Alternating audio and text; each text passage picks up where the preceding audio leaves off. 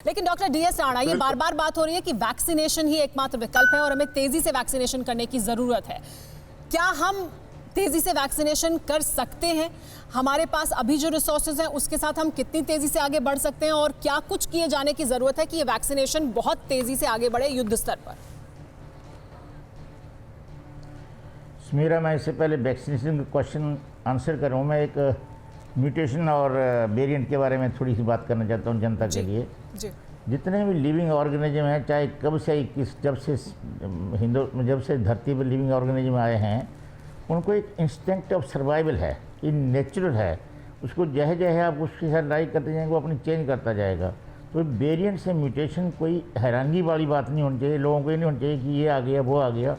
Ultimately आपको इस virus को ख़त्म करने के लिए ट्रांसमिशन चेन को ख़त्म करना होगा और उसका आंसर वैक्सीनेशन ही है। वैक्सीनेशन उसके पहले तो आप लड़ रहे हैं तो लड़ते रहेंगे, वायरस भी अपने नए रूप दिखाता रहेगा, पर अल्टीमेटली इस ट्रांसमिशन चेन को रोक देंगे आप तो सारा काम रुकेगा। अब रहा वैक्सीनेशन क्वेश्चन, वैक्सीनेशन के बारे में सरकार ने प्रॉमिस किया था या वायदा किया था कि 30 करोड़ लोगों का वैक्सीनेशन जून तक हो जाएगा जी।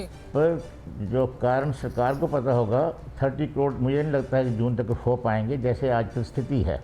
जब अब हमने वैक्सीनेशन ओपन कर दी, 18 साल के बाद सबको लगा सकते हैं, तो वैक्सीनेशन की प्राइवेट सेक्टर में तो खैर वैक्सीनेशन बहुत कुछ लोगों को अवेलेबल है, तो गवर्नमेंट सेक्टर में भी वैक्सीनेशन की कमी की खबरें रोज़ आप अखबारों से या मीडिया से सुन रहे हैं।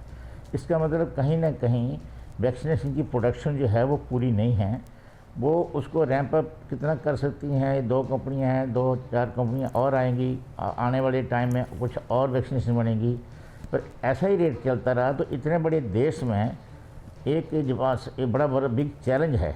और 30 करोड़ का तो मुझे नहीं लगता ये सपना पूरा होगा 30 जून तक, पर चलो जितना भी हो सकता है। अभी तो आपको पता ही है कितने हुए हैं। जी हाँ। पर इसके लिए अब यही है कि जो है सीरम इंस्टीट्यूट वाले भी कहते हैं हम इससे ज़्यादा नहीं कर सकते हैं। दूसरी भारत बायोटेक ने बोला कि हमारी मैक्सिमम लिमिट ये है, उसके लिए भी इतना टाइम लगेगा। सारा टाइम आप बता रहे हैं मीडिया में भी, अखबारों में भी। पर ये बात पक्की है कि इस टाइम वैक्सीनेशन की कमी है। हमारा सिस्टम है वैक्सीनेट करने के तैयार है, सारे लोग, चाहे सरकारी है चाहे प्राइवेट सेक्टर। क्या इसमें किसी तरह के बदलाव की ज़रूरत है कि हम ऐसा करें? अब क्या ये किया जा सकता है कि जो ज़्यादा वनरेबल है या वो शहर जहां ज़्यादा संक्रमण फैल रहा है वहां हम पहले तेज़ी से वैक्सीनेशन करें, बाकी जगहों पर हम थोड़ा धीमा वैक्सीनेशन भी कर सकते हैं, क्योंकि हमारे पास एक पर्याप्त संख्या है अभी और हमें पता है कि कितना हमारे पास प्रोडक्शन हो सकता है और कितने लोगों को वैक्सीनेट करना है। क्या इस स्ट्रैटेजी में बदलाव की ज़रूरत है?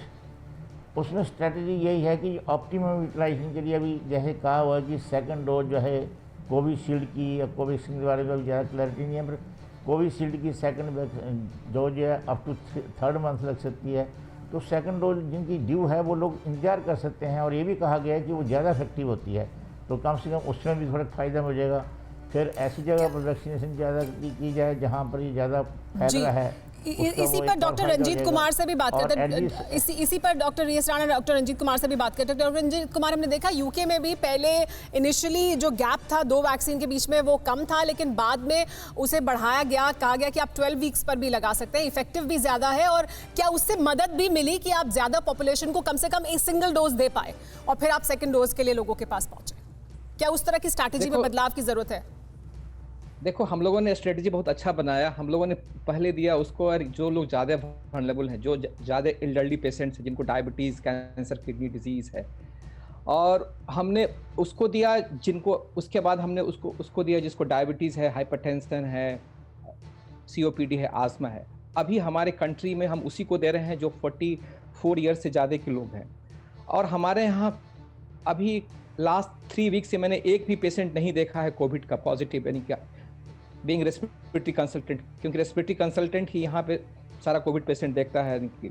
तो कहने का मतलब है कि हमको स्ट्रेटजी अपना बदलना पड़ेगा और जो लोग ज़्यादा वल्नरेबल हैं उसको पहले देना पड़ेगा, लोगों को लॉकडाउन करना पड़ेगा। This is the only way to prevent. अब यूके में जो नंबर ऑफ कोविड के पेशेंट्स हैं बहुत मिनिमल हो चुके हैं, निकी। तो it's a learning for the other nation कि आपको कैसे अपना स्ट्रेटजी को चेंज करके और लोगों को लॉकडाउन करके आपको बचाना पड़ेगा। मतलब स्ट्रैटेजी ये होनी चाहिए, lockdown, vaccinate, open up, lockdown करिए, वैक्सीनेशन करिए और फिर खोलिए। आप उस तरह से स्ट्रैटेजी को लेकर आगे बढ़ेंगे तो मददगारों। परवाह देश की, सोमवार से शुक्रवार रात 10 बजे TV9 भारतवर्ष पर।